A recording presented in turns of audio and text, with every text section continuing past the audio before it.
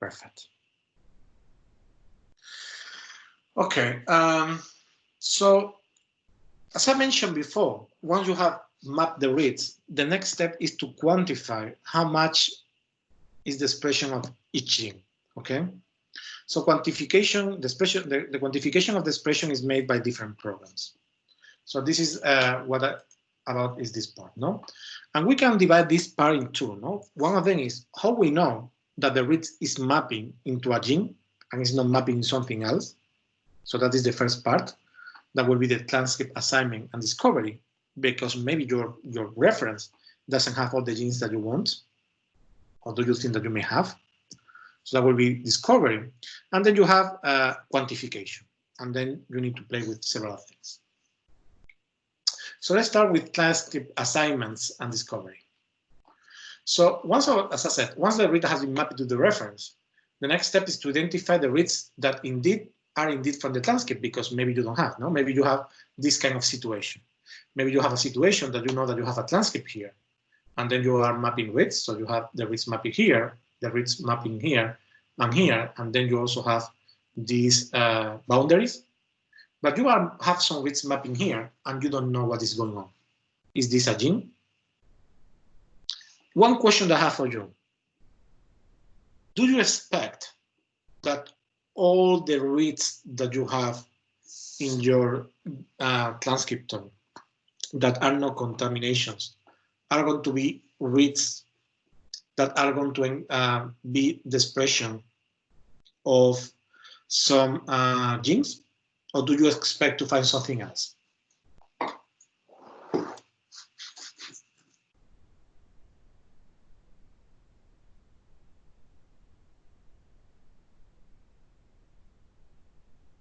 Maybe I didn't answer the question well.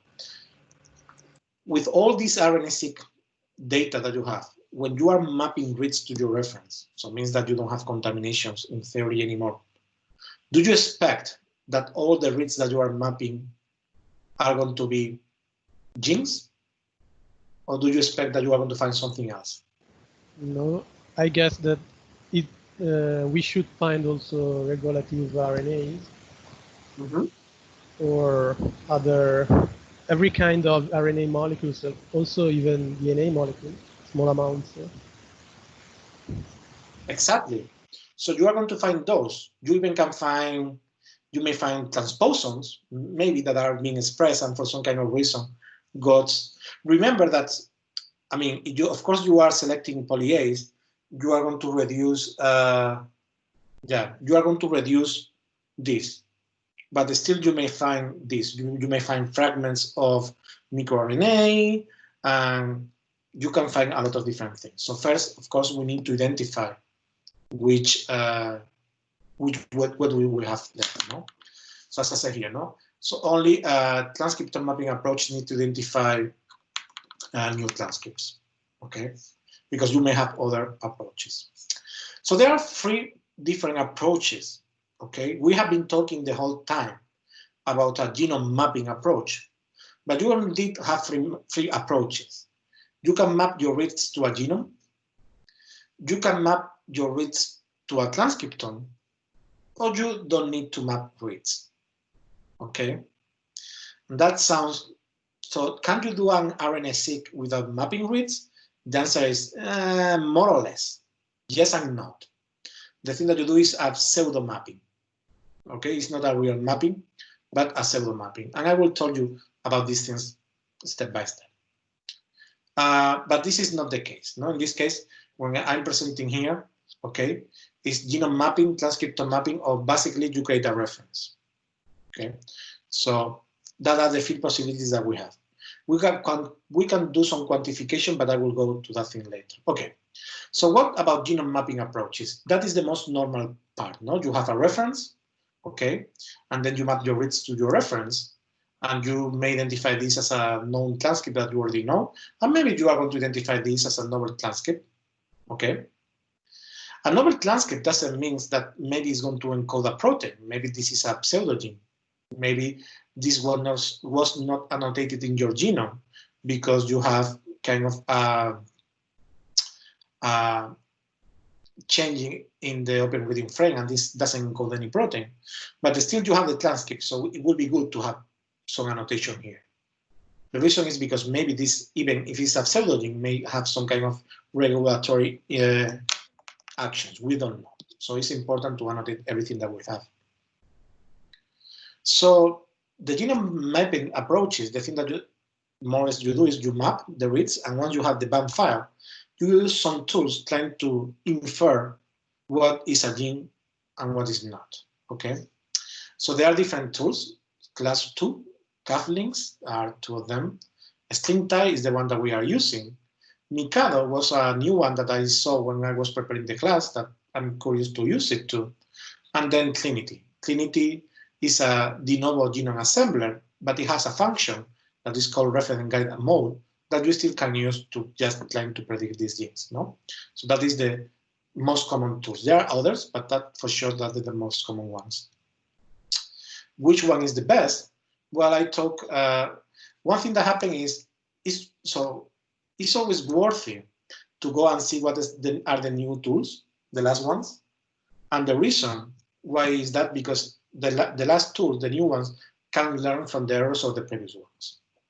So in this case, I took Mikado, this tool, and I think that this is from the Mikado paper in GigaScience in 2018. So it's much now newer than any of these ones that you can see here. And they were running some RNA-seq with Arabidopsis, C. elegans, Drosophila, and Sapiens, and they were evaluating precision and recall means that they could call the RNA, not the transcript. And of course, it's not surprising because they are the guys that wrote the tool. It's not surprising that Mikado is the one that do best. Okay. Still, if we look to the ones that are not Mikado, so for example, we are working with Arabidopsis. Okay. They are using 2 different approaches. They are using mapping with start or mapping with top hat.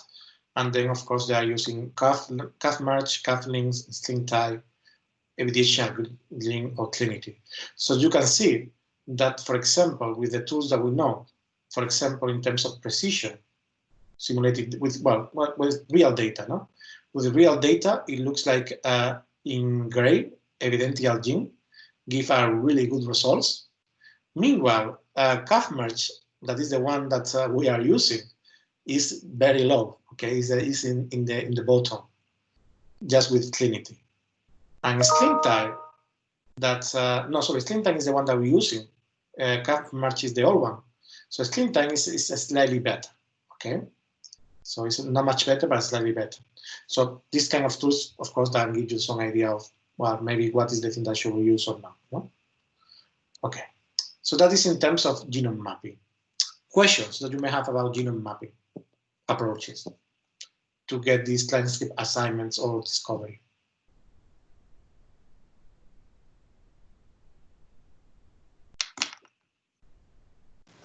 It could be useful to run more than one program and then create like an average. Mm-hmm. No, because the problem is that you may have false positives. I think that it could be, well, it could be interesting. So the problem is that you have a ratio between false positive and false negatives, okay? So, and you cannot take the average or the common for all of them, because if, let's say, if 3 programs are wrong, that doesn't mean that the solution is going to be right, okay? Or if one program is wrong and it's not giving you the gene, and the other yes, it still may give you some problems. So yeah, but something that some people do sometimes is they run these tools. They run 2 or 3 different tools, and they look for the overlap and trying to see if the overlap is common or not. No, more tools that predict the same thing in theory should be better, because we'll have a much better evidence. It will be independent evidence. But as I said, the problem is that if one of the tools is wrong, maybe the average or the evidence is not going to work. Okay. Okay. So, I was wondering if someone never used some kind of controls, such as positive or negative controls. Yes. Yes. When you are evaluating these tools, people use controls. So yeah. So usually the thing is looking for your favorite gene, no? And see if your favorite gene you have the thing that you expect or not. No? So if you are working in your lab with 2, 3, 4 genes, usually you always go to these genes to check that everything should be there. But yeah, it depends. No, some people that are working with cancer, they also have, I don't know, maybe you are working with cancer, not specifically with breast cancer, but you are working with cancer, so maybe you are going to see BRCA, no? I want to check that the BRCA gene model is right. Okay, so yeah, that is in terms of genome mapping. Let's go to transcriptome mapping. So one option that you may have is that maybe your gene, you don't have a genome. Maybe you didn't have money to have a genome, or maybe no one produced a genome because it's too big. But you have the option to map the reads back to a transcriptome. So maybe someone produced a transcriptome a few years ago and you can use it. So to map against a transcriptome, the only thing that you need to do is to use short read mapping tools that are gapped. Okay, that are not that doesn't take into account the gaps. So classical tools like Bowtie, BWA, or NovoAlign will work. How you can regenerate a reference, a transcriptome reference? One option potentially will be the thing that I told you. Someone created that, or maybe you use PacBio sequencing, and that is going to be your reference. Okay, so that will work in these two ways. One problem, though, that you still have is that when you have a good transcriptome reference, the problem is that you will have alternative splicings too. And that may be a problem. And the reason is because, of course, you have reads that are going to map uniquely. So this read, for example, is going to map uniquely to this alternative splicing, or this to this one, or this to this one, or this one to this one. But then you have reads like this in red that could map to 2 different forms of the alternative splicing, and you don't know in which one you have. So one option potentially is you calculate the expression only in the uniquely mapped reads, and then you can estimate for the non-uniquely mapped reads what should be the proportion. Okay. So, and that is one of the things that these tools like new tools like Janagi is doing. No? So it estimates some kind of proportion, and then using this proportion, trying to reconcile it using some mathematical models, of course, and I'm not going to go there, what could be the expression. So that is with transcriptome mapping approaches. The last part is I don't have a reference, so I'm not going to do PacBio. What I can do, and of course, is just you need to assemble your reads. So there are different tools to do transcriptome assemblies. So like BeamPacker, Bridge, Oasis from Velvet, SubDenovo Trans, TransAvis, TransLeak, and Trinity. The most popular one, that doesn't mean the best, but the most popular one is Trinity. And everyone uses Trinity. And it really has a really good documentation. So usually you assemble your reads with Trinity and then you move forward. One thing that I like from Trinity, okay, and once the transcriptome has been assembled, you can use any mapping tool that you wanted, is that the Trinity pipeline proposed the use of super transcript and differential transcript usage to measure expression. So what means that? This means that imagine that when you have these transcript splice graphs, you may have something like this. That means that you may have maybe you have something like this is going to be one splicing, and this may be another splicing, and maybe this is going to be another splicing. Okay, and of course, Trinity tries to resolve that as it can. Okay, maybe right or maybe wrong. But when you are trying to do expression, it may be confusing. So the thing that Trinity does is put all these pieces together, even in a chimeric way. So this is not a real transcript, This is a virtual reconstruction of a transcript that is called super transcript that contains all the different fragments. And then you can map the reads to this with no problem at all. Of course, you will have some part that you will have higher expression than others, and it's when you can calculate this differential transcript usage. So basically in that, you will say, okay, this is expressed X, and this is expressed Y, and this is expressed X plus Y, depending of the expression of the alternative splices. So yeah, it's not a bad approach, and it simplifies things. No, it doesn't remove these problems that you have here. No, here the thing that will be is if we need to convert this in a super transcript, we will have only the first one. Okay, the second one we overlaps over the first one, so we will have only the first one, and then we will try to do all the mapping and the estimation with this one. Okay. Questions before I finish this part?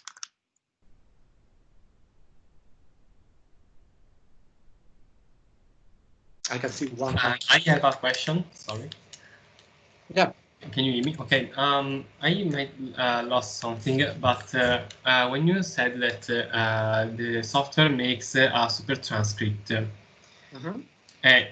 it gives. I mean, it arranges the all the various parts in a certain order and then aligned with the reference. Is it correct? With the super transcript, well, no, it doesn't align with the reference. So the thing is, when you are running Trinity gives you alternative splicings. So when you are running Trinity, it tells you, well, you have 3 transcripts that are the same gene. And this is the form 1, the form 2, and the form 3. But of course, to use form 1, form 2, and form 3 from the same gene, it could be confusing in order to use mapping, because I explained the thing that I explained before. So the thing that Trinity can do is an extra step in which it's going to reorganize the different part of this transcript in a super transcript. But this super transcript will be your reference. It's not that you align the super transcript to your reference. The super transcript is going to be your reference. And then you map the reads, the raw reads again, to the reference. Okay, so the question actually was in this example, I have the green part, the orange one, and the blue one, okay, and so on. But is this the order of those parts is important, or I mean, just okay, okay. No. Indeed, you don't care about the order. The only thing that you care is about the levels of expression. Okay, now it's clear. Thank you. Yeah. Okay, so once you know that what is or not is, okay. No, Tommaso, the splicing variance doesn't have to be known a priori, and it's the reason why in each of these 3 approaches that you have here, it doesn't assume that you know all the splicing variants. So it's why one big part of the RNA-seq experiment is this discovery, okay? Because maybe in your experiment, you are going to discover a splice variant that was not described before.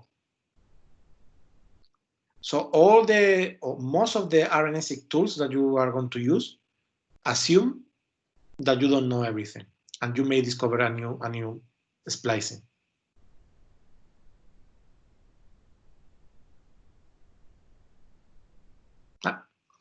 Okay, expression quantification. So once you know if your read map to a gene or not, you need to quantify that, no? So the quantification of that gene expression is associated to the number of reads linked to a transcript. So more reads that you map to our transcript, in theory, higher that will be the value of the transcript, no? So we have this example, no? We have a transcript here and 19 reads mapped to this transcript, 3 reads mapped to this transcript, and then in this one, 6 reads mapped to this transcript in the sample 2 and 3. So we can say that the gene 1 transcript 1 is much more expressed in the sample 1 than in the sample 2. But in the sample 1 and the sample 2, this gene 2 is equally expressed. Okay, so that is quite intuitive. But there are some complications, okay? And I will tell you about some complications. So one of them is that of course, a longer gene will produce more reads. Longer that is your transcript, when you are preparing the libraries, more chances that you have that the transcript is going to break in different pieces. So it's why you may have more reads. So that is one of the problems. The other problem is that maybe you don't have the same amount of reads in your sample 1 and your sample 2. Maybe you were very lucky in your sample 1 and you have 40 millions. Meanwhile, in your sample 2, you have 20. So these things, of course, make that you cannot take row counts as it is. So the methodologies to quantify gene expression can be divided in 3 parts. One of them is use row counts. Simple as that. Even with all these biases that you have, you can use that.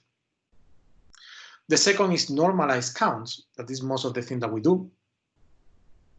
And the third part is to don't use mapped reads and use k-mer counts. So I think that someone asked me last day, can you do RNA-seq without a reference? And the answer is, well, you can assemble the reference, of course, and in some ways you need to have a reference. But that doesn't mean that you count how many reads do you map to the reference. Okay, you can divide your reference in k-mers and then count k-mers. That will be this approach. Okay. So let's go to the mapped reads row count approaches. So basically, you have 2 tools. The most popular ones are I2TA2020 count, and you will use I2TA2020 count. Don't worry, because even if we are going to have row counts here, we are not going to calculate differential expression with those, but that will be one option. Or the other tool is feature counts. So, but as I mentioned, the short reads, the gene expression doesn't depend only of short reads, the amount of short reads, but also depends on the transcript length. A longer transcript will be produce more reads when it's fragmented, and then you might have some technical problems. So, for example, during the library preparation, you also may have more reads for one thing than in another library preparation. Maybe during the mapping, not all the genes are going to map with the same efficiency, so you may have a lot of problems. So it's why these things, these tools are better, for example, for cheap experiment, okay, when you are not looking for transcripts. And just putting the same example than before, okay. So, for example, if we have this case, okay, in this case that we have 19 reads mapping to this, maybe it's not going to have 19, maybe it's going to have, I don't know, 6, because if we calculate the average between exons will be 6. Still 3 will be 3, but in this case we have 6 reads, but did you see the coverage is only 2? So probably the real expression is 2. So compared with this, that is 3. So if we compare this, of course, this gene is more expressed than this one. Well, sorry, gene is more expressed in sample 1 than in sample 2. Okay, so that is still valid, as I mentioned before. But when we compare the expression of the gene 1 with the expression of gene 2, if we don't do these corrections, it's going to tell you that the gene 1 is more expressed than gene 2, but it's not true. In this case, it's less. Okay, so it's why it's important to do the normalization. So, of course, there are a lot of methods of normalization. So what is normalization? Well, as I mentioned, you have different factors like read length, sequence length, and some biases during the library preparation that may influence the expression. So to do that, you need to normalize the samples. Most of the programs that you use to normalize the sample have 2 important assumptions. First, that the majority of the transcripts are equally expressed in each of the experiments. Okay, so it means that if you have 2 samples, one of them is tomato leaves control, and the other is tomato leaves under some light stress. In theory, all these tools assume that you are the majority of the transcripts are not going to change their expression. And in this case, with the tomato, it may be 2. But then, for example, if you compare the transcriptional profile of leaves with the transcriptional profile of roots, that is not true. for sure you are going to have very different populations. That is the first problem. The second is assume that it has a symmetrical distribution of over and under expressive genes. Okay, so it means that you should have the same that are overexpressed than the same that underexpressed. That sometimes is not true either. So it assumes something like the thing that you can see here. No, you have equally distributed. So imagine this is a box plot of different samples. Each of the colors represent a sample. And this assumes that all the samples are going to have the same distributions as you can see here. Okay, but that may not be true. So this normalization may not work, okay, when you have different tissues and different developmental stages, when over and underexpressed genes are not symmetrical, and when you have small RNA molecules like microRNAs that you don't have enough molecules, you don't have enough counts to apply statistics. Okay, so that are the three exceptions. But of course, we have been using programs. We have been, the community have been developing different programs to skip these exceptions. Okay, to fix these exceptions. No, so these exceptions, in some ways, we can play with. So this is a summary of the normalization methods, the most common ones. Okay. So you can have total counts. So total counts is gene count divided by the total number of reads. So you have this escalation of the library, but then you don't escalate according to the length of the transcript. But still you have an escalation factor depending on the size of the sample. Another common one is the upper quartile. Okay, that is like TC, but replace there with the upper quartile of counts. A median, again, is like TC, but you replace with median counts.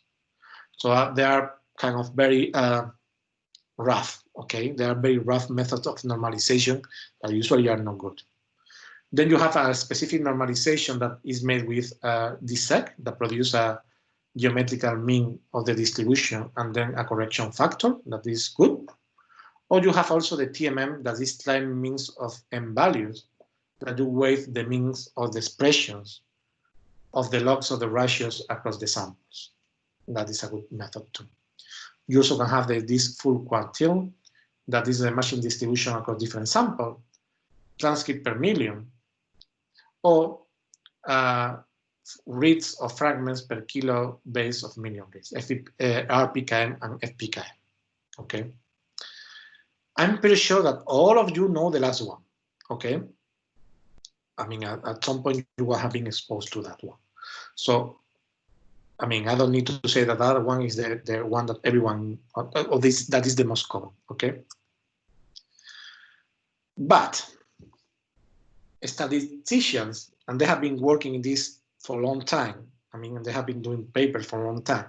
So from 2013, that is more or less when we're starting to develop these things. They have been saying that the RPKM, okay, for example, these upper quartiles, these TC methods, they produce a lot of false positives. So you are doing your analysis and you are expressing your expression as RPKMs or FPKMs. It's quite intuitive, I'm pretty sure. I have been using RPKMs for a long time, and I always give FPKMs to people. But you need to keep in mind that when you are using these normalization methods, you produce a lot of false positives when you are trying to detect differential expression. Okay, so that is in terms of detecting differential expression. Of course, more normalization power that you use. So each of these bars represent the normalization power. So more normalization power that you use, higher that is going to be the ratio of false positives. So looking into this analysis, as I said, this is a quite famous paper in the field. DSEC and TMM are the most optimal normalization methods. But unfortunately, DSEC or TMM are not the common standard outputs of SlimTime. That is a very easy tool. So, okay. So that is in terms of methods of normalization. The last thing that I want to mention is the free mapping approaches. So a free mapping approach, the thing that you do is you get a transcript. So you have your reference, okay? And you divide your reference in small k-mers, and of course you quantify the k-mers, you produce matrices of k-mers, and then at some point you take your RNA-seq data, you fragment your k-mers too, and you count the k-mers of your data, and you compare the k-mer of your data with the k-mer of your reference. That could be transcripts, okay? And based in that, you can produce a quantification. So at the end, you are not mapping.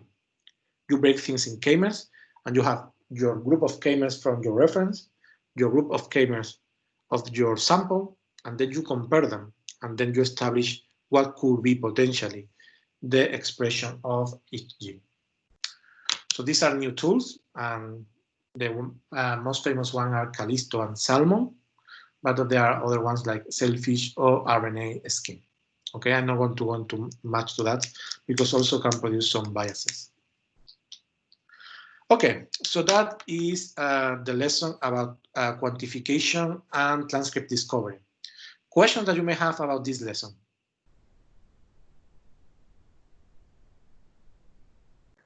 I'm not sure I understood why you are dividing in k-mers a reference if you say that this is free mapping, so in theory you don't have a reference. Oh, no, that is the thing.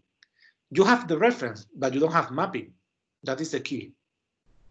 You still have a reference, but you use the reference to decompose the reference in k-mers. Okay, so it's like you have a reference, but it is not assembled as well. Well, yeah. You have a reference, but you don't assemble the reference. You decompose the reference in k-mers, and then you use the k-mers as a control, let's say. Let me put an example, okay? Imagine that you have a very, very special gene, very different gene. And when you decompose this gene, you have 3 k-mers that only exist in this gene. There are 3 k-mers unique to this gene. And of course, when you have one transcriptome, you will have only 1 k-mer of each, okay, of this gene. Now imagine that you just take your raw reads from your sequencing, and you divide this in k-mers, and then you discover that for these special k-mers, you have 5 counts for the first one, 6 in the second one, and 4 in the third one. You do some mathematical operations, and then at the end, you, by average, for example, it will be average, you say, okay, so by average, I have 5 times more of these special k-mers in the sample that I'm using for the RNA-seq than in my reference. So I will imagine that, or I can extrapolate and say that this gene is expressed 5 times in my sample. Okay, so I don't really care where it comes from, but I can assume that it is more expressed. So it's Yes. not a matter of where, but how much. Exactly. Okay.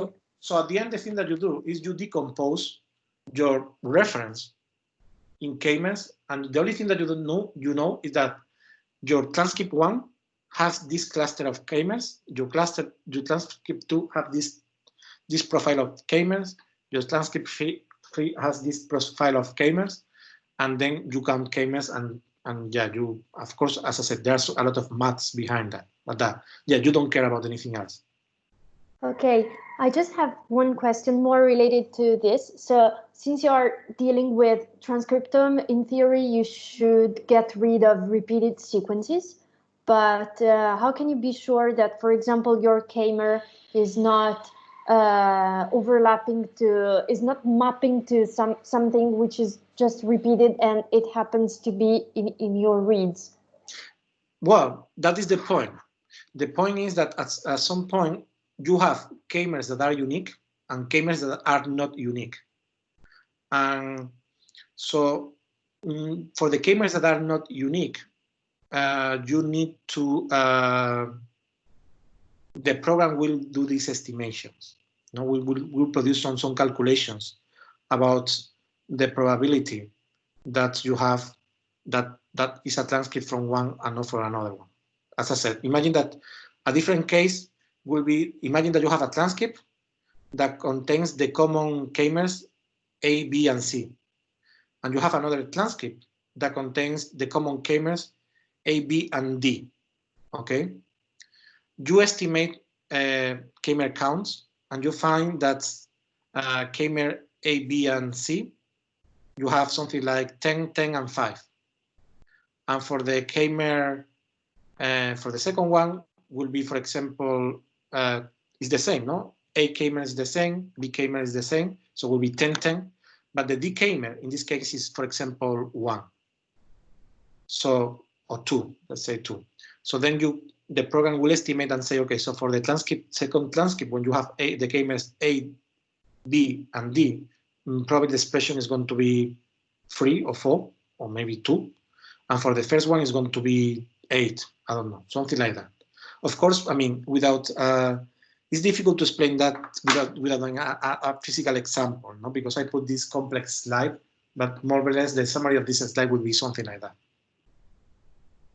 Okay, so let's say you need to be lucky and to have single k-mers, to have unique k-mers would be the best option.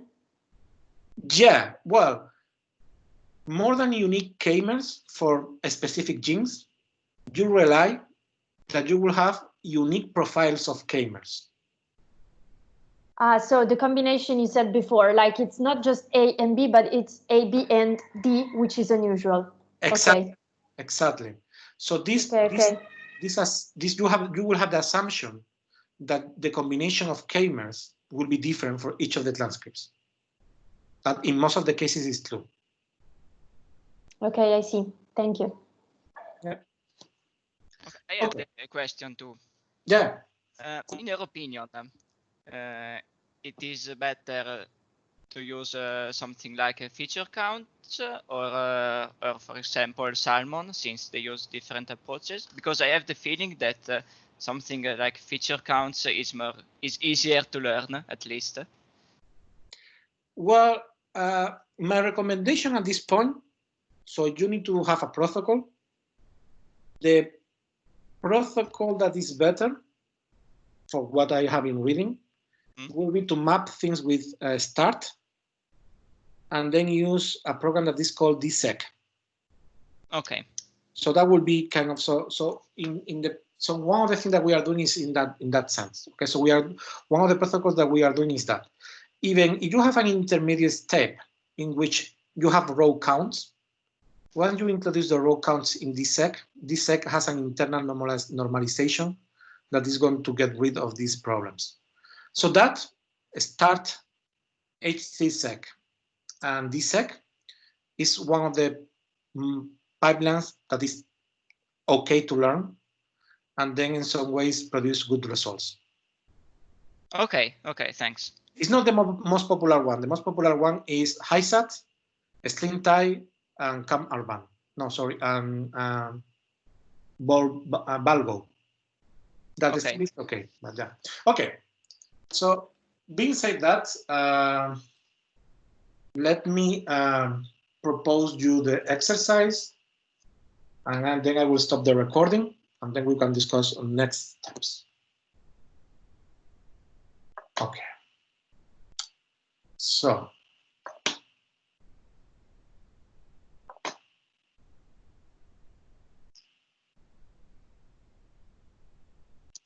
the gene expression practice.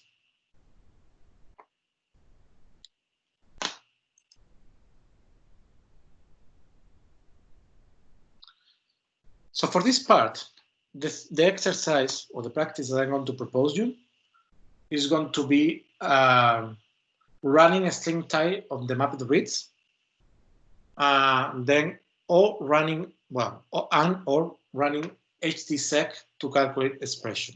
Okay, both of them will calculate expression. Let me go step by step.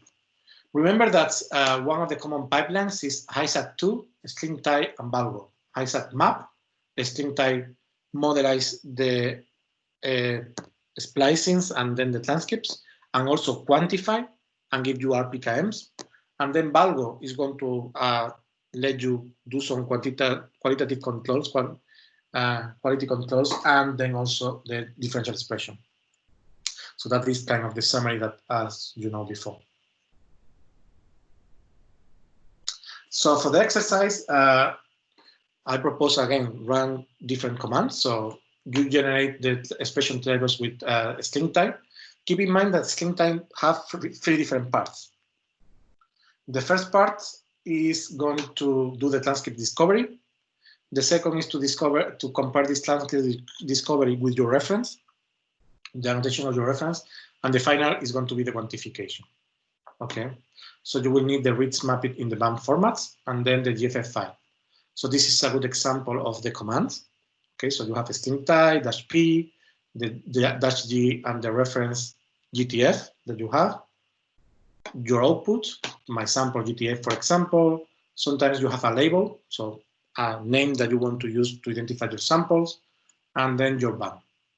So that will be to run the first one, and then you need to merge each of those. No? So here you run this with each of the samples, as you can see here. So you need to merge those. So first you need to create a list of the files. So for example, this command could work. And once you have the list, you run a string type merge, as you can see with this command. No? String type merge, again, 8. By the way, please don't use 48, use 8.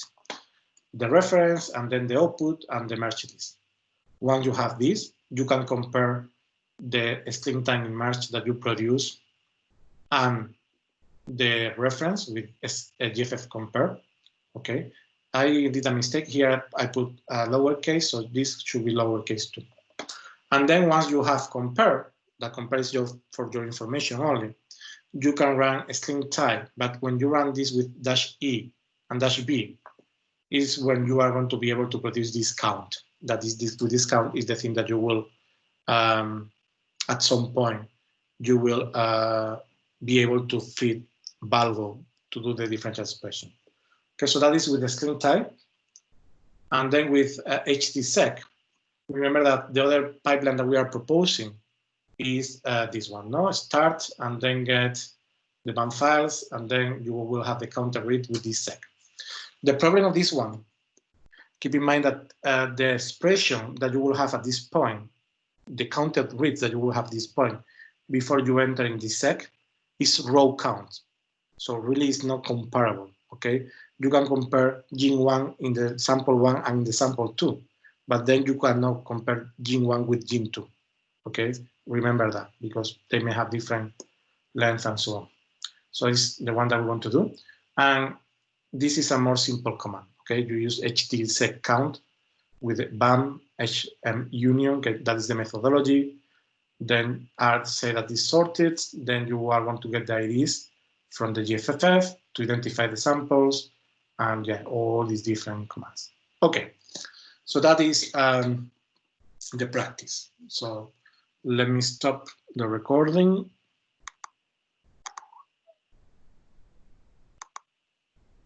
Okay.